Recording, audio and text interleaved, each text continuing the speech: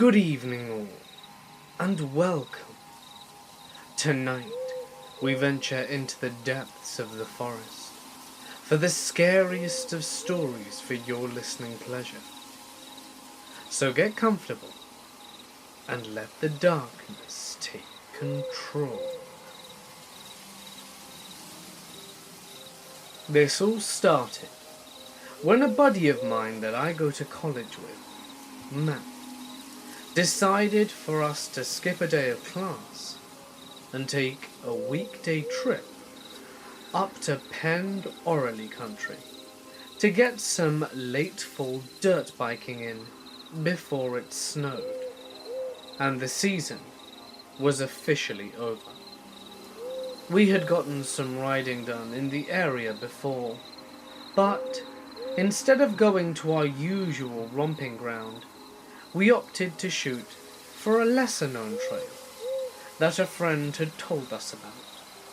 So early Tuesday morning, we loaded up our bikes into the trunk, printed out a map of the area that showed all the logging roads and a few official dirt bike trails that were there, and we headed out.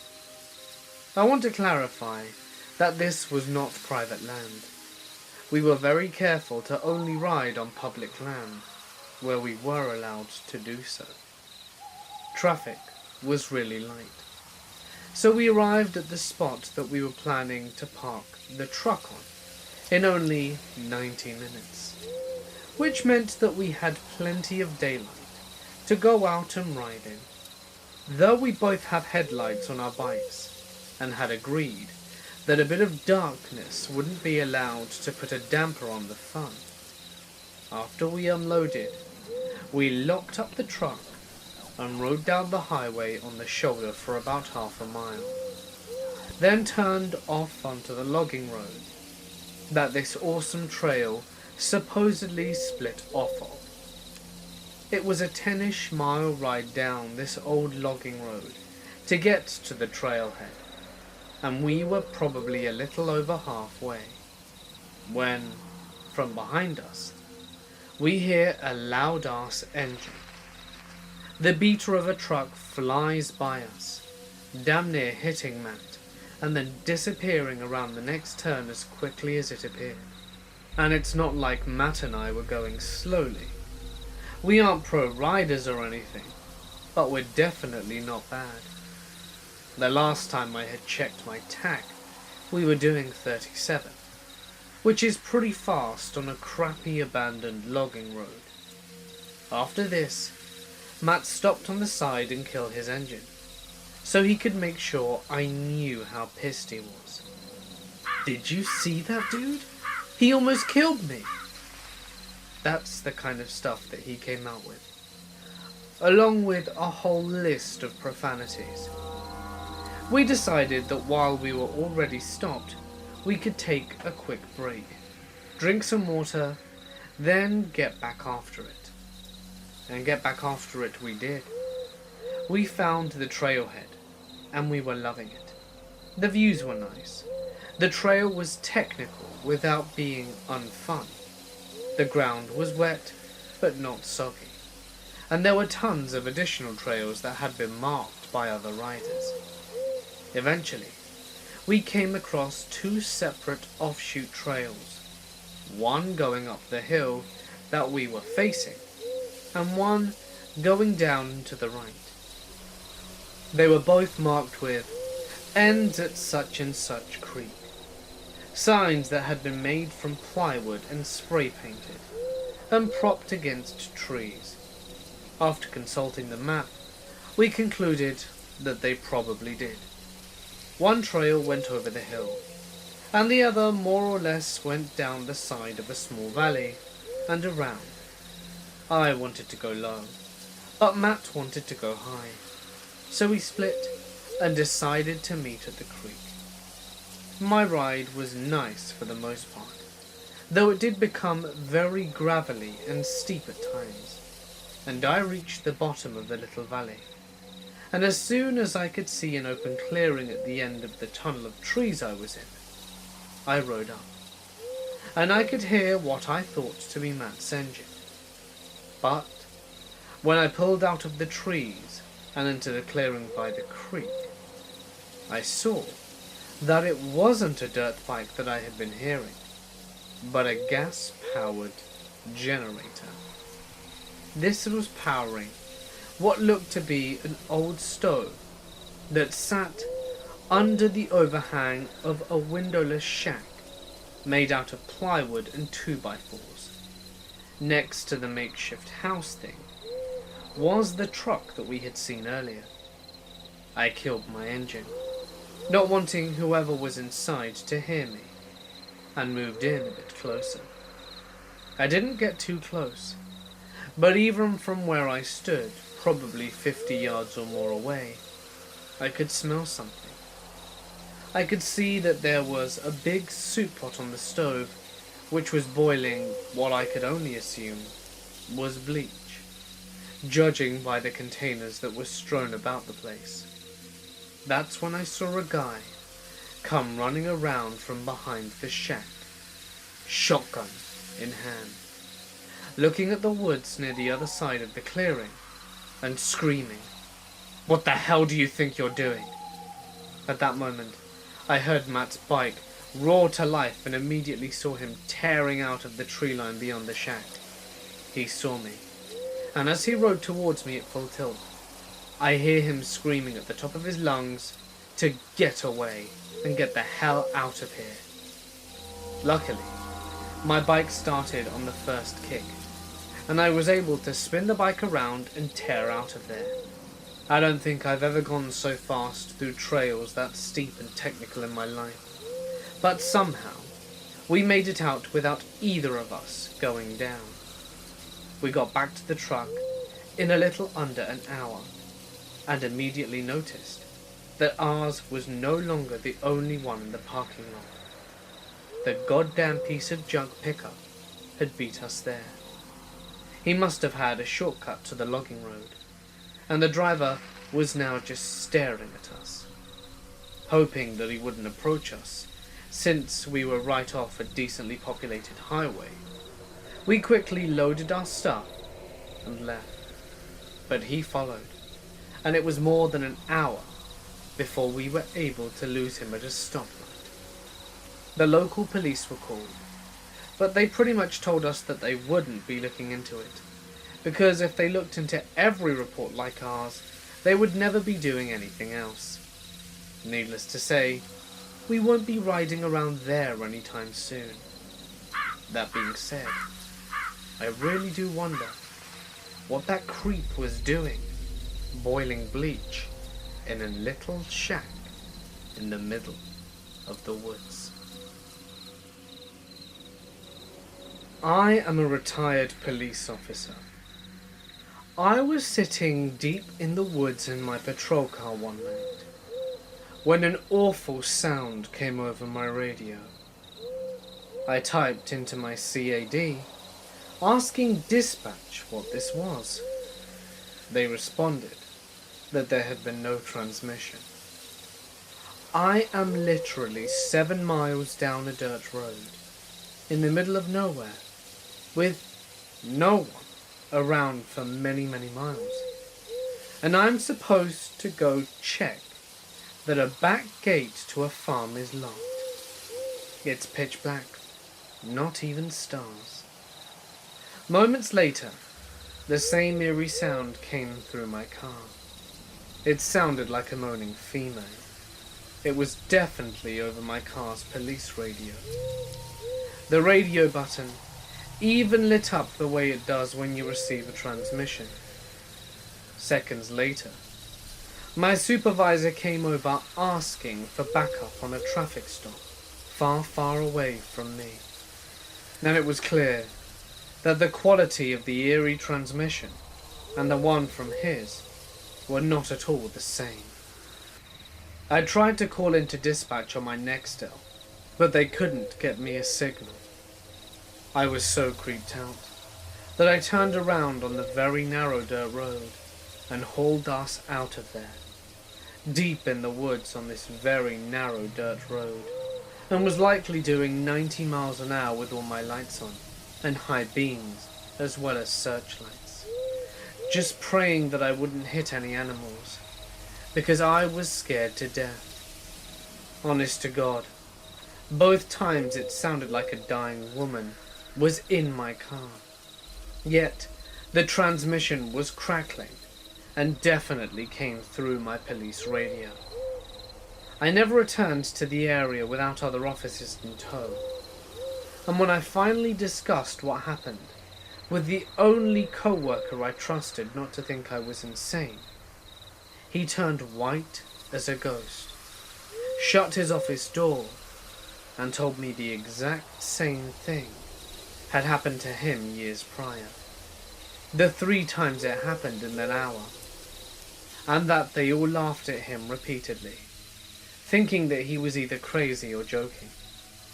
He actually pulled the transmission logs from the night, and actually found that no transmissions came through during the time he was in the woods, except for the 2 actual transmissions between officers in town, and that he had heard and recalled. The 3 times, he heard what sounded like the painful moanings of a dying woman. He said that they sounded very close, or as if they were inside of his car, but that his dash lit up as if he was getting a transmission from the radio. I asked him what the hell he did, and he said he pulled his shotgun out of the rack, dropped it on the passenger seat, pulled his handgun out of the holster, and basically drove the exact way I did until he got back to civilization. The only thing either of us could figure out is that there are high tension lines that run through those woods, and maybe it was some kind of disturbance. You can't, or at least couldn't back then, get cell phone or radio transmissions clearly. Normally, if you went out that way for some kind of call, the fire department or another officer went with you, because there was no way to call for backup or for help out there. To this day, that was one of the scariest things that has ever happened to me. And I've been face to face with a gunman while I was hiding and he was not. I faced multiple armed suspects and been on traffic stops gone wrong. I've worked traffic fatalities, where the dead ended up thrown into the woods in the middle of the night. And I've had to babysit bodies, or parts of bodies. All of that was nothing compared to that night, alone in the woods, with something. And I swear on my life, this is a true story. I worked in Charlotte County, Florida, as a patrol deputy. I could even post a location on a map as to where it happened. And you couldn't pay me enough to go there alone at night again. I just started doing owl surveys for the Forest Service. This means going out into the forest after last light, playing an owl call, and just standing there for 10 minutes waiting for a response. You have a headlamp and a flashlight. You can see what you choose to see in front of you, but every time you move your head or your hand, you cause the shadow to move and fear that you will uncover something that will freak you. So standing in place is usually the best bet to keep your nerves. However, you have to get to the survey area first. So me and my partner were driving in the pitch black through these unpaved roads, and all we see is the rough road illuminated in front of us, and the occasional memory of a turn or landmark from reckoning the roads during the day. I look to my side and see what I think is a strand of trees, only to realize moments later that it is actually a tall bluff. I continue on and I see a disused mattress on the side of the road, and we are 5 to 10 miles from the closest town on Forest Service roads that no one uses. Further along, I see what I think is another tunnel, with a stand of trees in the distance.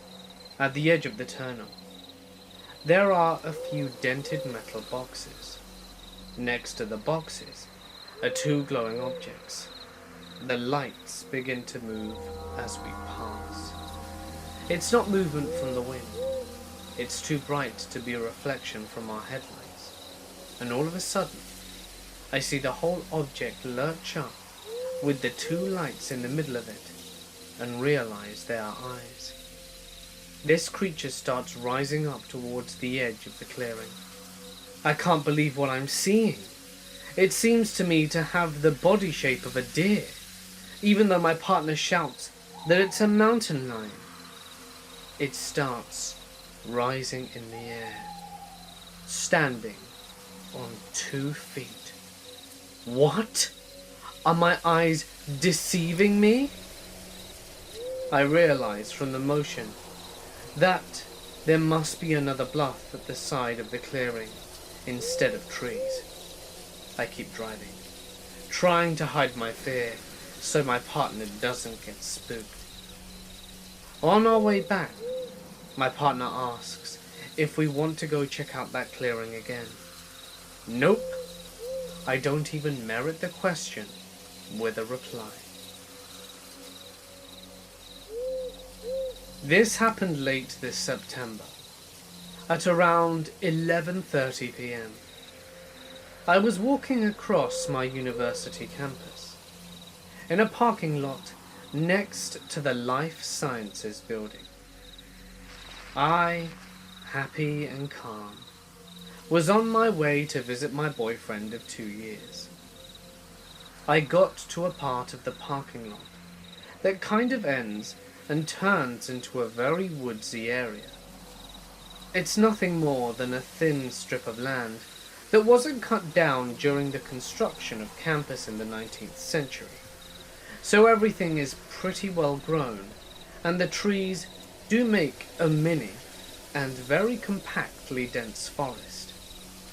It separates the parking lot from the Life Sciences Center, which is a big concrete building. An example of brutalist architecture from a few decades ago.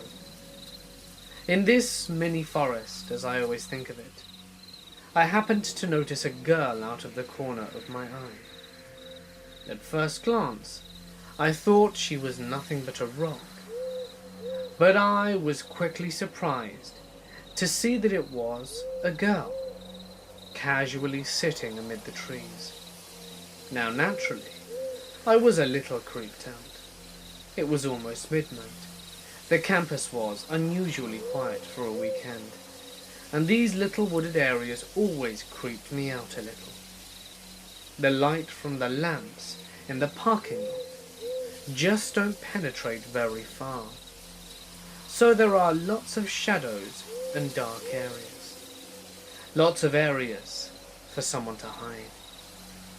I look at her just long enough to figure out that she's not going to hurt me or is any sort of trouble, but not long enough to be creepy myself. I couldn't see her very well in the darkness, but she had a vacant and almost serene expression. I remember that, like she was deep in thought. She didn't look at me. She had black hair and a modern haircut that went down to her shoulders. All things considered, despite randomly sitting very still in the trees late at night, she looked like a reasonably normal university student.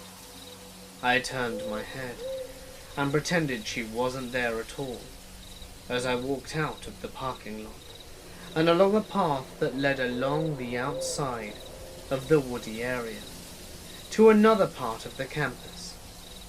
Now this is kind of hard to explain, but the path leads up and away from the woodsy area to a well-lit alley between the concrete walls of the Life Sciences building, which is kind of a creepy area by itself.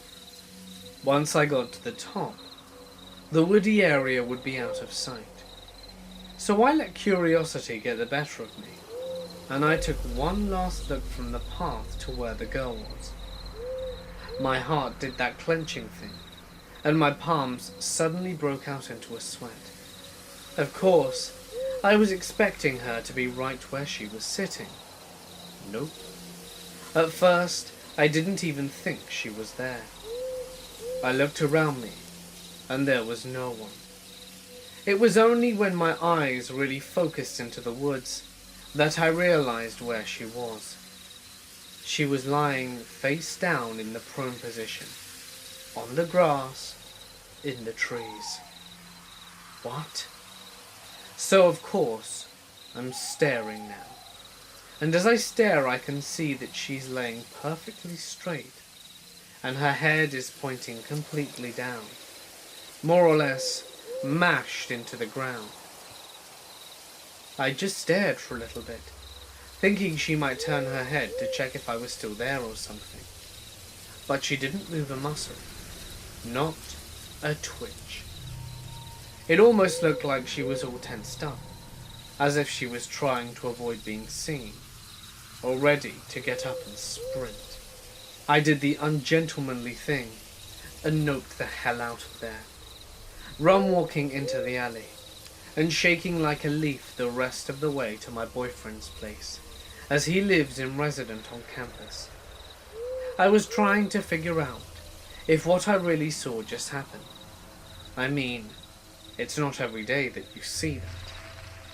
I tried to rationalize it as a prank or something else, but the more I think about it, the more it doesn't make sense.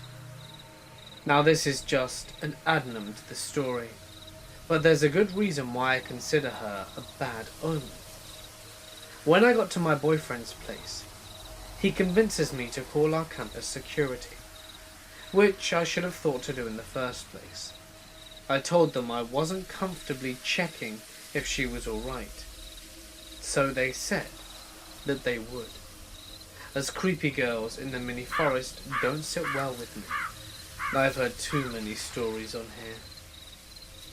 My boyfriend then sits me down and then tells me that he almost got with another guy and begins the long process of breaking up that lasts until the next day. It kind of came out of nowhere, and it hadn't been a great time for us either over the past month.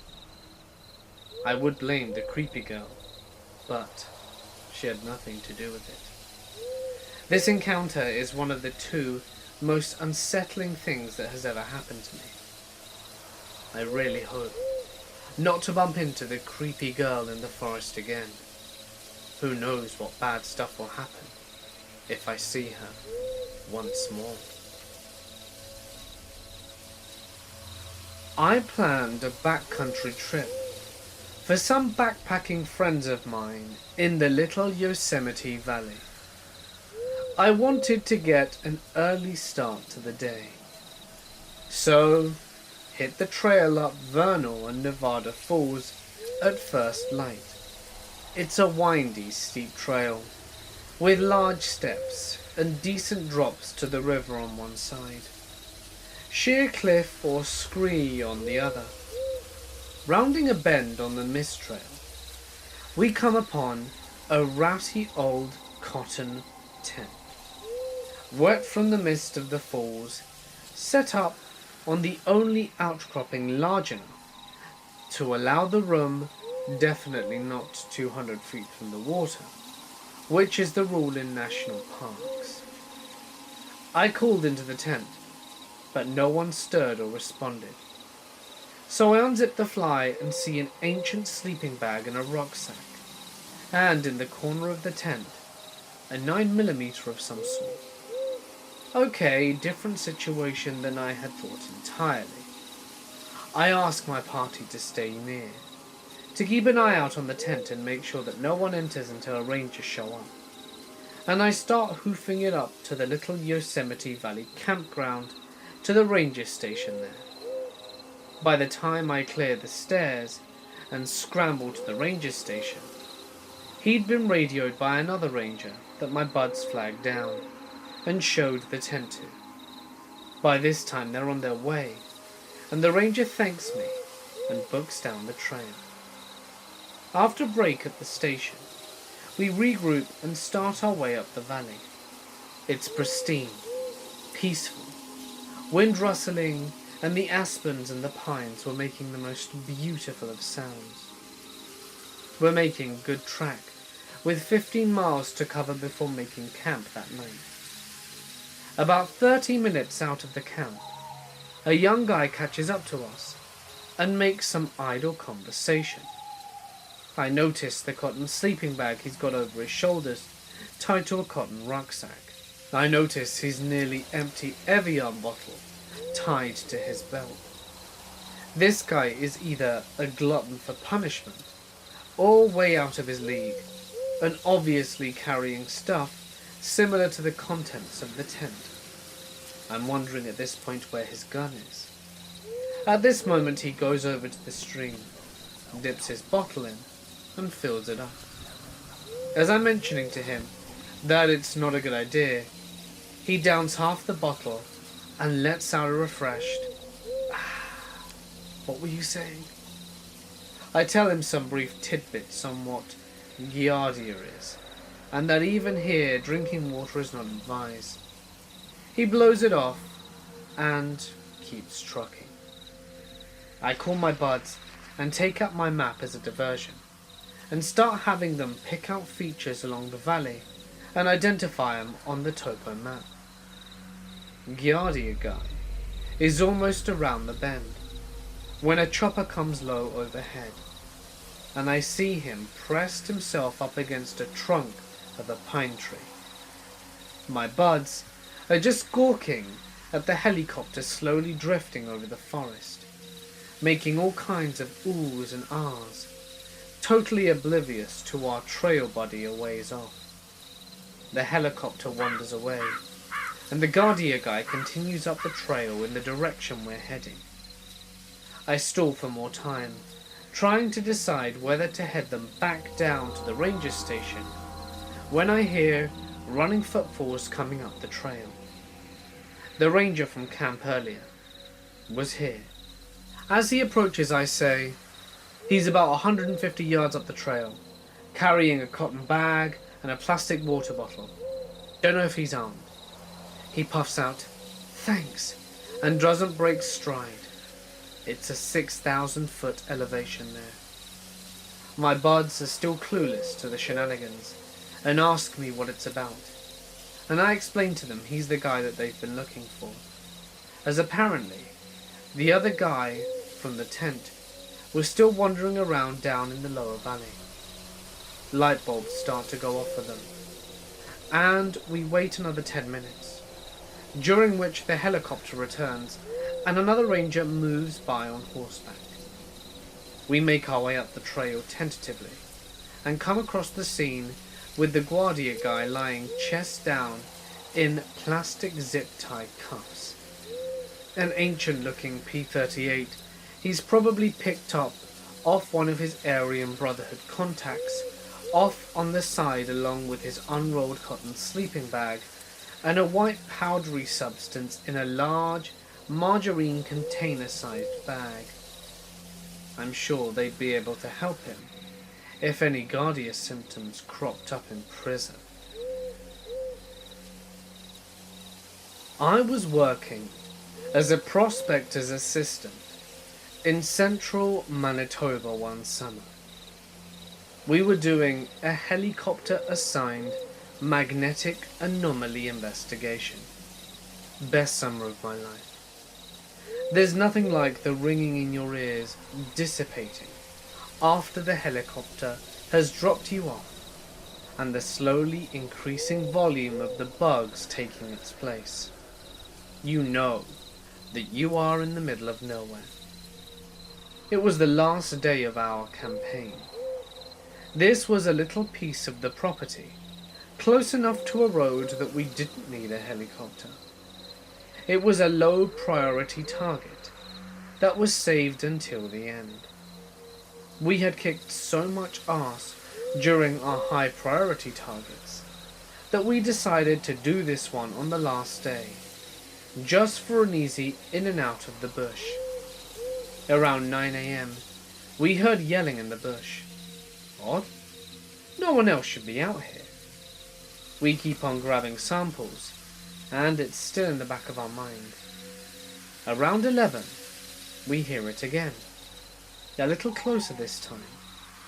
We call back, but it's silent. Now, through our travels of this 30-kilometer piece of property, we came across many pieces of animal evidence. Deer, moose, and rabbit droppings were everywhere. A few carcasses here and there. Bear tracks and bear feces were seen a few times, but nothing prepared us for what happened next. Around noon, we were in an old blast hole from the 80s. Prospector Dave told me he used to have a blasting license, and that blowing shit up in the middle of the forest while drinking beer was a favorite pastime of prospectors, until they changed the laws after a few too many forest fires. We were facing due west, with our GPS on some rocks getting the most precise it could be, when we hear an earth-shattering, bone-chilling howl. I looked at Dave, and he turned so white he went almost green. I picked up the GPS and put it in my belt and unclipped my bear safety spray. Then at 9 o'clock, facing due west, another walk, then another at our 10, then another, and another, all away to our 4 o'clock. Dave said calmly, "We need to leave, but you cannot run. If you run, you die." We left most of our sampling shit there. We also carried these modified for breaking rocks and scraping moss. Most useful, durable thing I've ever had. It's at the ready along with my bear spray, and we walked. It was genuinely the longest walk of my entire life. We didn't say a word, and I didn't hear anything. But I'm positive they followed us back to the road and into the truck. We drove back to town and proceeded to get thoroughly drunk. I lived and worked at a science camp in the mountains near LA. The first time I heard a fox scream, it sent shivers through me. There was a very strange incident when a friend/co-worker saw a naked corpse on the steep roadside while going for a run. He ran back towards camp to call the cops, but ran into a police car first. He told the cop what he saw, and that was the call that they had responded to. The cops asked him if the bear was still dragging it away. They never ID'd the body, and it didn't even make local news. I told an old local enforcement officer this story, and he said if all the bodies in the forest stood up at once, there'd be a whole other forest. I guess mountains that are freeway close to LA are a good place to rid yourselves of a corpse. But the reason I wanted to tell you this story is the day I saw the black helicopter. I was shutting and locking the Forest Service gate that barred entry to the road that led to camp one morning. From the valley nearby comes a helicopter, lower and louder than normal. It flies right over me. It's flat black with no markings, and it continues down the next valley. I was planning to drive down to town the same direction, so I basically followed it. A few turns later, I see it again, landing in a large turnout next to another one. Yup, 2 flat black helicopters with no markings. I drove by slowly with a dumbfound look on my face. The pilot of the helicopter that was landing waved at me. He knew I was probably flipping out. Then, as I took in the scene, I saw that there were also 5-ish police cars in the same turnout. I kept driving. As I passed the next turnout, there were more police, and this continued for 4 to 5 turnouts. Eventually I pulled off into a turnout and talked to one of the officers. I told him I was a resident and I was concerned, and wanted to know what was going on. At first he just said nothing and smiled, and after that I said, "Is someone missing or something?" As many idiots get lost up there, and many motorcyclists launch themselves off corners. He just sort of half grinned and said, "Somebody tried to," and that was all he said. I gave up and drove on. Now every turnout I passed had a van in it, and they were all service vans of one type or another. I remember a comm van, a cable company van, another comm van, and this continued for the next 4 to 5 turnouts. As I reached the bottom of the mountain, I turned my car radio to the AM news station. Nothing was mentioned. Nothing was on the nightly news either. I told my brother, a detective in another state, and he said it was probably DEA.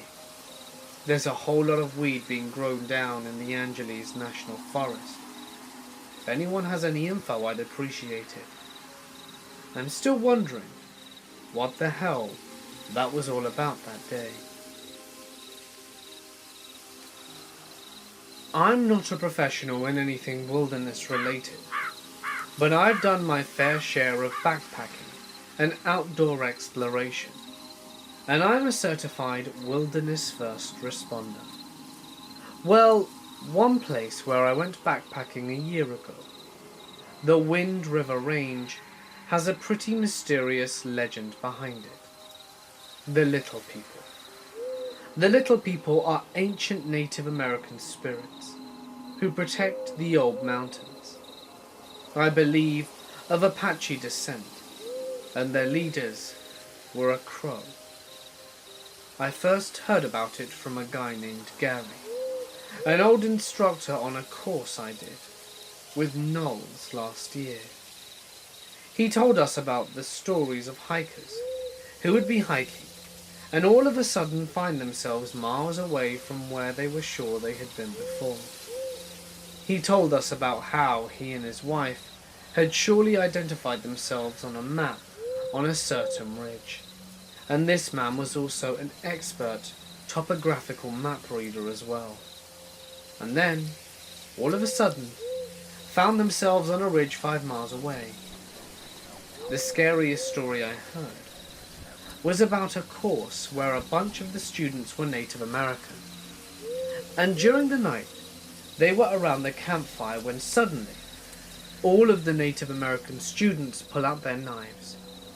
The instructors asked them what the hell they were doing, and one of them said, "Don't you see them? They're all around us." Well, anyway, I usually disregard stories like that, but the 5th night that I was out there, I was sleeping in a row with 3 other people outside a tree. I couldn't fall asleep, and was up until around 2 a.m. It was 2:04, and I heard 3 huge footsteps in a row right behind me. I froze still, looked around in a panic for bear spray, and didn't see one. I waited for what I thought was the bear to make its move, but no more noises followed. After a few minutes, I finally worked up the nerve to turn around, and of course there was nothing there. I thought I must have dreamt that sound. In the morning, JJ, one of the people sleeping outside with me, said that she heard exactly what I heard. I told her I heard it too, and now I really do not know what to think. I live in a neighborhood about 10 minutes away from our downtown by car. However, there are a few routes that can take you to the downtown without a car. other than driving to the main road. Most well-known one is a trail from a random dead end that goes to our local middle school, from which you can pretty easily get downtown from. It's a pretty cool place, but it's unusual to see anyone. Out of the many times I've gone, I've only ever found 2 kids smoking a joint on the trail. Nothing special. Anyway, I was craving for some McDonald's and decided to go using this trail. There was some construction work going on at the other end, so I had to go through the forest instead. The construction site was empty by the time, but there were fences blocking off the area, hence our reasoning to not just go through the site. The terrain was covered in wet leaves, so I just propped up my bike to do a quick run to McDonald's. My friend, who was there too, left his bike as well. The bikes would simply be easier to leave than drag through the forest. We get to McDonald's and go back. And here's where the weird shit starts happening. About halfway through our journey back, we find this weird ass tarp. It's nailed up onto a tree, almost like a curtain. This tarp is massive, 15 by 15 feet. No ladders or evidence of construction. It kind of just appeared. It wasn't there before, as the tree it was nailed upon was used as a trail marker, so we passed it on the way there. We were talking about it, but kind of ignored it when we got bored. We kept walking, and we heard some rustling in the woods. It was probably an animal, but we are freaked out because of the tarp, so we're panicking. We get back on our bikes right before sunset, and we see something weird. There are a bunch of neatly wrapped candies sitting on our seats, handlebars, and frames. We hear something now. No way it's an animal. It's heavier, breaking branches and sprinting. We only hear 2 legs. We look at each other and lope out of there. The entrance to the trail is very close to where the bikes were, so we managed to leave pretty fast. I looked back to check for my friend, and he was there. But this was the most spine-chilling moment.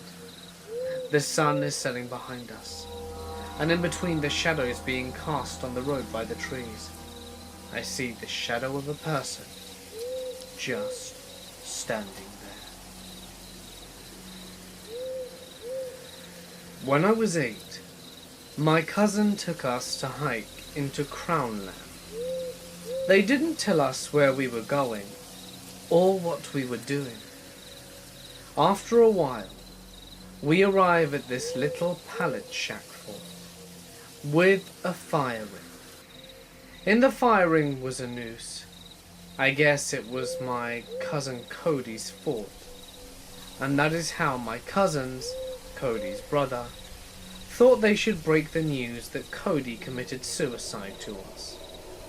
I still don't understand why you would keep the noose. On another occasion, we were canoeing in the VNP, on a chain of lakes. When you reserve a campsite, nobody else is allowed on that chain, and no dogs are allowed in the park. The first weird thing I found was a bald eagle carcass with lots of feathers. It crossed my mind that Manitou was giving me these feathers, but it also crossed my mind it would be really stupid and a dumb way to go to jail. I left the feathers like a good law-abiding Protestant, I promise. Now, when I was 6 and 12, I came within 15 inches of a bear, so I kept my eyes wide open when next in the woods. On another occasion, we are canoeing out, and I see this tanned shoulder running through the woods on the bank. I about pooped myself thinking it's a cougar stalking us.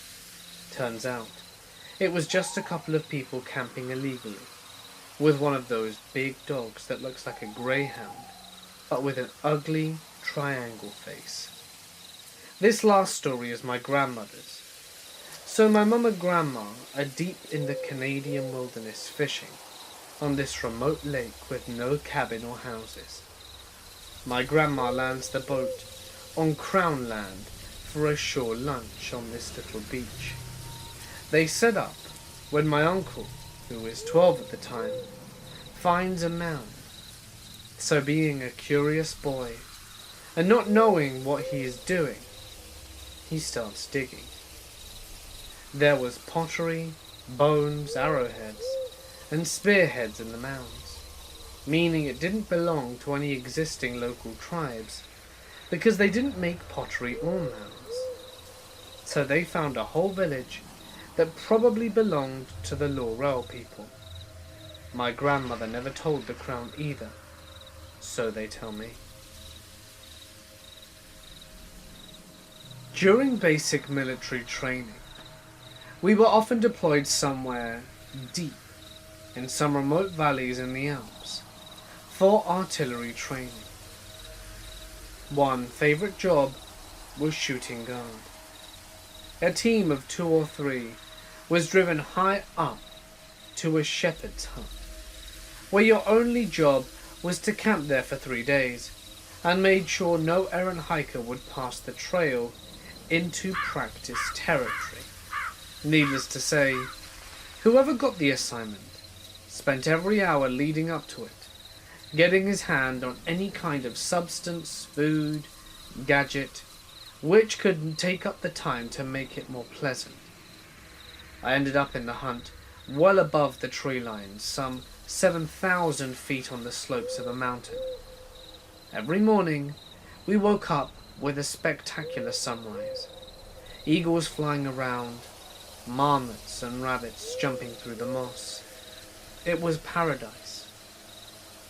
Our habit of half-hourly joints led to my perception becoming weirder every day. On day 3 in the afternoon heat, we went for a poop between 2 rocks. I was sweating, paranoid, and hazy all at once. The strenuous challenge of abseiling a hard-packed lump of post food made everything even more intense. While I was silently focused on the painful task in front of me, 2 marmots appeared about 10 feet in front of me and started going at it with gusto, shrieks and all. Suddenly, they look at me and slow down their frantic pace, their shrieks turning into subtle moans of strange, but they never stopped, just steadily humping, staring at me. My state of mind made the whole thing seem to happen in super slow motion, and it seriously began to creep me out. Their gaze never wavered one bit. Their movements seemed to lock onto some universal rhythm. After a while, I swear their sighs seemed to pulsate, with each very uncute pelvic thrust.